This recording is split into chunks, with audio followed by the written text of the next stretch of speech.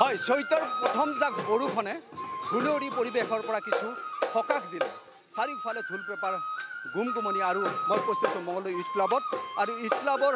যি বিহু কৰ্মশালা সেই কৰ্মশালা মই দেখুৱাম মোৰ লগত ৰূপম আছে ৰূপমে দেখুৱাই যাব ইউথ ক্লাবৰ সোণালী জয়ন্তী উদযাপনৰ লগত সংগতি ৰাখি বিহু কৰ্মশালা 5 দিনীয়াকৈ অনুষ্ঠিত হৈছিল এই কৰ্মশালাৰ যি পৰিৱেশ তাকে মই দেখুৱাইছোঁ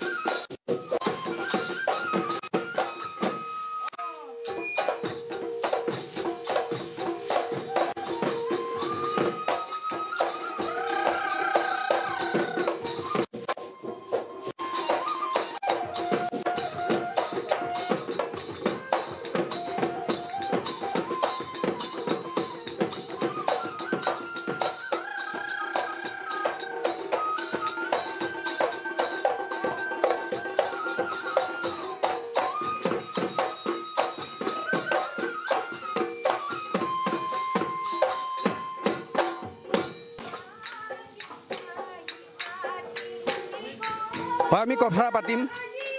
কি ক'ব কৰ্মশালাত কিমানমান ছাত্ৰ ছাত্ৰী অংশগ্ৰহণ কৰিছে 120 জনীমান হৈছে ছাত্ৰী